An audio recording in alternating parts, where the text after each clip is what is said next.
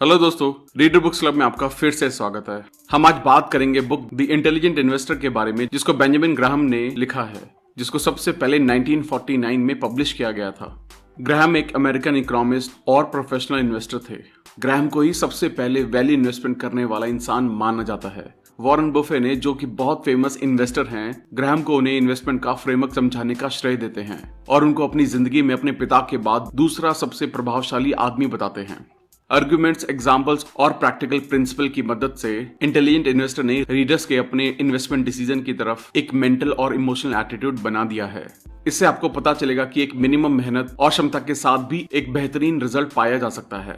अगर आपने अब तक हमारे चैनल को सब्सक्राइब नहीं किया है तो इससे पहले कि आप वीडियो में खो जाएं, इमीडिएटली चैनल को सब्सक्राइब करें और वीडियो को इमीडिएटली लाइक भी कर दें। आप हमारे चैनल को ज्वाइन करके लाइव बुक वर्कशॉप्स के भी बेनिफिट ले सकते हैं। हमारा चैनल यूट्यूब के बेस्ट समरी चैनल में से एक है। हमारी वीडियो कभी कभी थोड़ी लंबी हो सकती है क्योंकि हम वीडियो और बुक के कंटेंट पर कभी भी कॉम्प्रोमाइज नहीं करते, इसलिए वीडियो को एंड तक देखना जरूरी है। एक और बुक जिसका नाम है लॉन्च, जिसको जेफ वॉकर ने लिखा है, इस बुक में प्रोडक्ट लॉन्च फार्मूला के बारे में बताया गया है कि कैसे famous board game wild craft and herbal adventure game को एक खराब शुरुआत के बाद भी ऑनलाइन प्रोडक्ट लॉन्च फार्मूला से सक्सेसफुली बेच दिया गया।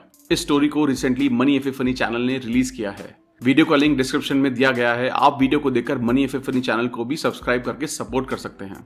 इंटेलिजेंट इन्वेस्टर बुक का मेन ऑब्जेक्टिव है आम आदमी को एक सफल इन्वेस्टमेंट पॉलिसी की जानकारी देना और उसे सक्सेसफुली एग्जीक्यूट कराना। जो लोग रोज मार्केट में इन्वेस्टमेंट करते हैं, ये किताब उनके लिए नहीं है। ना ही इसका ऑब्जेक्टिव आपको ये सिखाना है कि आप मार्केट को कैसे बीट कर सकते हैं। ये किताब उन लोगों को बहुत हेल्प कर सकती है जो शुरुआत से इन्वेस्टमेंट के बारे में समझना चाहते हैं। इस बुक को 3 अलग अलग पार्ट में बताया गया है। सबसे पहले एक इंटेलिजेंट इन्वेस्टर कौन है और उसके बाद डिफेंसिव और एंटरप्राइजिंग इन्वेस्टर यानी कि एग्रेसिव इन्वेस्टर के बारे में डिटेल में बताया गया है। तो चलिए फिर शुरू करते हैं। Who is an intelligent investor? Intelligent investor कौन है? सबसे जरूरी सवाल से शुरू करते हैं। इन्वेस्ट क्यों करें? महंगाई की वजह से। ये हमारी वेल्थ को खत्म करती है, लगभग 3% हर साल, और इसे देखना बहुत आसान है। जब महंगाई की दर बढ़ेगी तब एक फिक्स्ड इनकम पर डिपेंड रहने वाले लोगों को बहुत नुकसान होगा, लगभग हर साल। दूसरी तरफ जो लोग रेगुलर इन्वेस्टमेंट करते हैं, उनके पास महंगाई के वक्त भी अपनी इन्वेस्टमेंट के ऊपर डिविडेंड और उनके इन्वेस्टमेंट पोर्टफोलियो की वैल्यू से काफी सपोर्ट मिलता है। तो असल में इंटेलिजेंट इन्वेस्टर से ग्राहम का क्या मतलब है? इसका सीधा सा मतलब है कि शांत और डिसिप्लिन रहें और सीखने के लिए उत्सुक रहें। आपको अपने इमोशंस पर काबू करके अपने बारे में सोचना चाहिए। चाहे आप कितने भी केयरफुल रहें, आपकी इन्वेस्टमेंट की कीमत वक्त वक्त पर नीचे आएगी। आप इस रिस्क को नहीं हटा सकते, आप सिर्फ इसको संभाल सकते हैं और डर पर काबू कर सकते हैं। दूसरे शब्दों में, एक इन्वेस्टर की सबसे बड़ी दिक्कत और दुश्मन वो खुद होते हैं। इसलिए आपको 3 चीजों पर जोर देना है। भरपाई ना हो सकने वाले नुकसान को कम कैसे करें, लंबे समय तक होने वाले फायदे को कैसे बढ़ाएं, खुद को हराने वाले बिहेवियर को कैसे काबू करें जो ज्यादातर इन्वेस्टर्स को उनकी पूरी क्षमता तक पहुंचने नहीं देता है। एक इंटेलिजेंट इन्वेस्टर को जो पहला प्रिंसिपल सीखना है कि स्टॉक की कीमत बढ़ने से रिस्क बढ़ जाता है और कीमत कम होने से रिस्क भी कम हो जाता है। एक इंटेलिजेंट इन्वेस्टर मार्केट के ऊपर जाने से घबराता है क्योंकि तब प्राइस बढ़ने से स्टॉक खरीदना मुश्किल हो जाता है, जबकि आपको नीचे आते हुए मार्केट का स्वागत करना चाहिए क्योंकि इससे स्टॉक फिर से बिक पाते हैं। यहाँ ग्राहम का margin of safety concept help करता है। एक इन्वेस्टमेंट के लिए बहुत ज्यादा पैसा ना डालने से आपकी वेल्थ के खत्म हो जाने के रिस्क को कम करने में मदद मिलती है। ये ध्यान देना भी जरूरी है कि ग्राहम ने इन्वेस्टर शब्द का इस्तेमाल एक सट्टेबाज के साथ भी किया है। जो लोग इन्वेस्ट करते हैं वो खुद के लिए पैसा कमाते हैं और जो लोग सट्टा लगाते हैं वो उनके ब्रोकर्स के लिए पैसा कमाते हैं।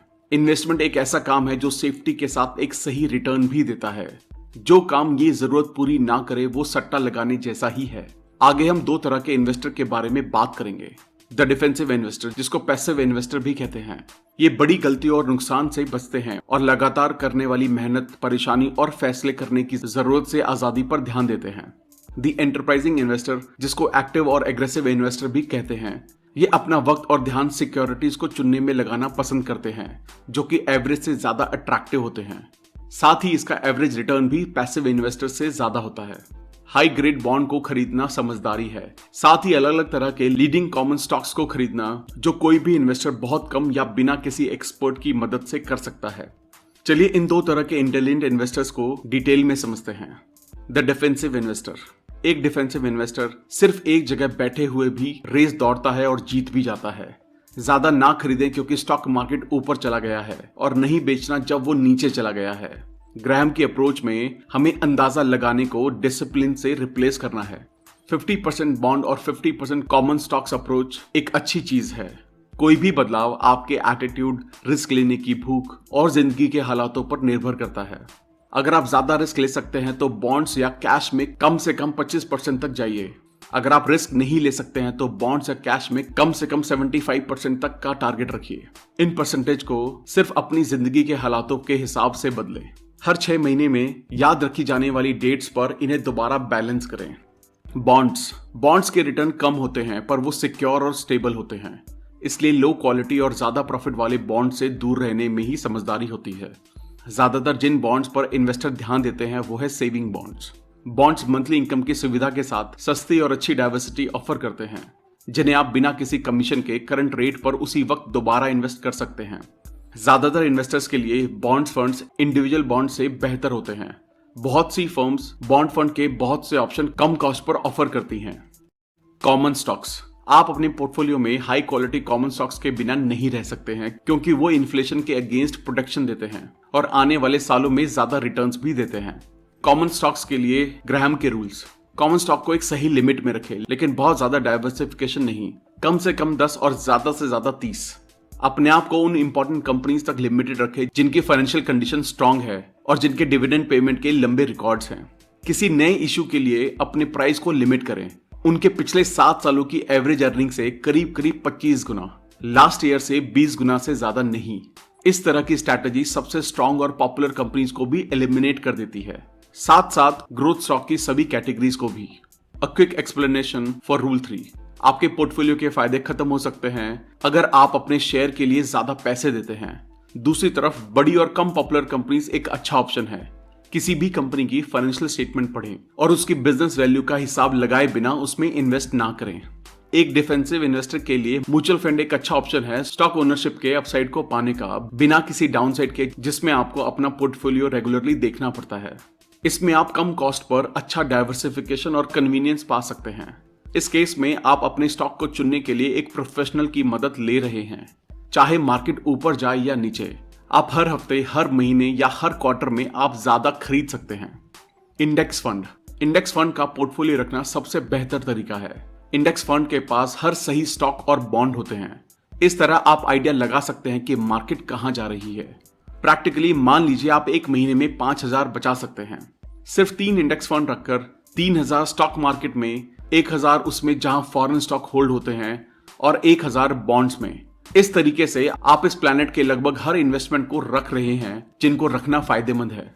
हर महीने आप ज्यादा खरीदते हैं। अगर मार्केट गिरता है तो आपका पहले से सेट किया हुआ अमाउंट और आगे आ जाता है और आप पिछले महीने से ज्यादा शेयर खरीदते हैं। अगर मार्केट ऊपर जाता है तो आपका पैसा कम शेयर खरीदता है।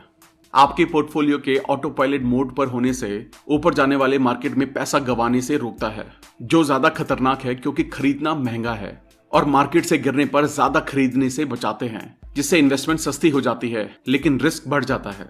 एक इंडेक्स फंड पोर्टफोलियो की परफॉर्मेंस पर 7% का ओवरऑल एवरेज रिटर्न की उम्मीद करना, जिसकी कॉस्ट पोर्टफोलियो की कीमत की 0.3% है, आपको 6.7% पर एनम की टोटल एवरेज रिटर्न की उम्मीद करनी चाहिए। लो मेंटेनेंस स्टॉक इन्वेस्टिंग के लिए लो कॉस्ट इंडेक्स फंड सबसे बेहतरीन टूल है। एक अच्छा डिफेंसिव इन्वेस्टर जितना भी जस्टिफाई करे इसे बेहतर बनाने में, उससे कहीं ज्यादा मेहनत लगती है, क्योंकि इसमें रिस्क ज्यादा होता है, कॉस्ट हाई होती है। एक इंडेक्स फंड को 20 साल के लिए रोक कर रखें, हर महीने उसमें पैसे ऐड करते रहें और आप इसमें प्रोफेशनल और इंडिविजुअल इन्वेस्टर को पीछे कर सकते हैं। ग्राहम एंड वॉरेन बफे दोनों इंडेक्स फंड की बहुत तारीफ करते हैं। मार्केट के सबसे बुरे वक्त में भी कुछ डिफेंसिव इन्वेस्टर डाइवर्जन और इंडिविजुअल स्टॉक को चुनने के रिस्क का मजा उठाते हैं। यह है डिसिप्लिन बाइंग की ताकत। इस केस में अपने स्टॉक मनी का 90% इंडेक्स फंड में रखें, 10% में अपने खुद के कुछ स्टॉक पिक करें। कभी भी अपनी सट्टेबाजी की सोच को इन्वेस्टमेंट के काम में ना लगाएं और अपने सट्टे के अकाउंट के पैसों को इन्वेस्टमेंट अकाउंट के पैसे में ना मिलाएं। The enterprising investor, aggressive investor भी उसी बेस से स्टार्ट करते हैं जिससे डिफेंसिव इन्वेस्टर स्टार्ट करते हैं, और अगर इंटेलिजेंट एनालिसिस से सही साबित हो जाए तो ये दूसरी तरह की सिक्योरिटीज को भी खरीदते हैं। याद रखें, अगर आप इन्वेस्टमेंट प्रोग्राम पर एक्स्ट्रा नॉलेज और चालाकी लगाएंगे तो आप थोड़े अच्छे रिजल्ट्स की जगह उसे और बेकार कर लेंगे। ग्राहम यहाँ कुछ पॉइंट्स बताते हैं जो एग्रेसिव इन्वेस्टर्स को बिल्कुल नहीं करने चाहिए। ज्यादा प्रॉफिट वाले बॉन्ड्स, फॉरेन बॉन्ड्स, अगर आप ज्यादा रिस्क ले सकते हैं तो ये ज्यादा अपीलिंग लगेंगे। डे ट्रेडिंग, जिसमें आप एक टाइम में कुछ घंटों के लिए स्टॉक को रोकते हैं, जितना ज्यादा आप ट्रेड करेंगे उतना कम आप रख पाएंगे। इसके बदले एक एंटरप्राइजिंग इन्वेस्टर को इनको खरीदने पर ध्यान देना चाहिए। In low markets and selling in high markets, एक अच्छी कंपनी एक अच्छी इन्वेस्टमेंट नहीं है अगर स्टॉक के लिए बहुत ज्यादा पे करते हैं तो। Carefully chosen growth stock, stock की ग्रोथ पर तब ध्यान ना दें जब वो सबसे अच्छे जा रहे हैं, बल्कि जब कुछ गड़बड़ हो। वेरियस बार्गेन इश्यूज, टेम्परेरी अनपॉपुलैरिटी से वेल्थ क्रिएट होती है, जिससे आप एक अच्छी कंपनी अच्छे दाम पर खरीद सकते हैं। कुछ इन्वेस्टर्स अपने स्टॉक चुनने में माहिर हो सकते हैं, बाकी सबको मदद लेनी चाहिए, खास करके इंडेक्स फंड से। अगर आप ध्यान दें, ग्राहम ने इन्वेस्टर्स को पहले प्रैक्टिस करने की सलाह दी है। शुरुआत के 1 साल स्टॉक्स को ट्रैक करने और चुनने में बिताएं, लेकिन असली पैसे से नहीं। अपने तरीके से टेस्ट ड्राइव करने से असली पैसा लगाने से पहले आप बिना असली नुकसान उठाए गलतियां कर सकते हैं। डिसिप्लिन बनाएं और लगातार ट्रेडिंग से बचें।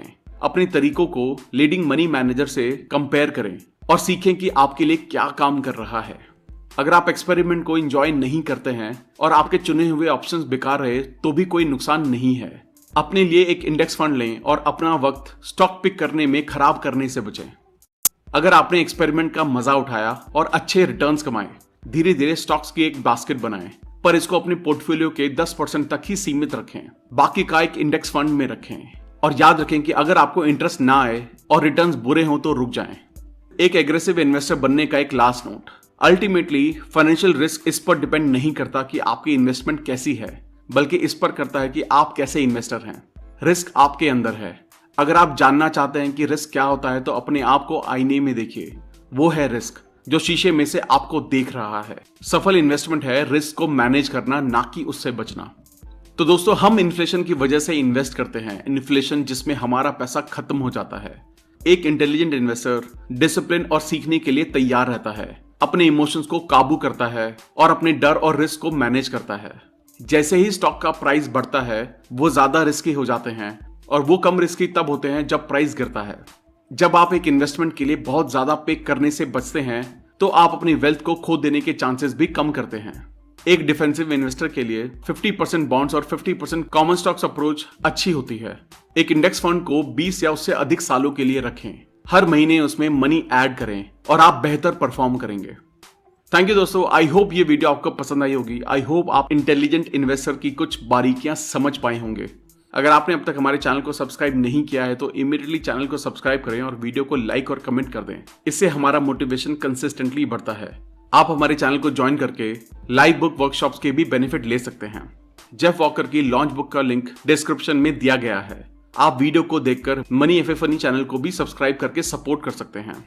आप हमें हमारे इंस्टाग्राम, फेसबुक और टेलीग्राम पर भी फॉलो करें। और अगर आप हमारे साथ कोलैबोरेट करना चाहते हैं तो हमें इमीडिएटली ईमेल करें। अगर आपको लगता है ये वीडियो दूसरे लोगों को भी हेल्प कर सकती है तो सबके साथ इसे शेयर भी करें। जल्दी मिलेंगे और भी बेहतर वीडियो के साथ। Thank you so much.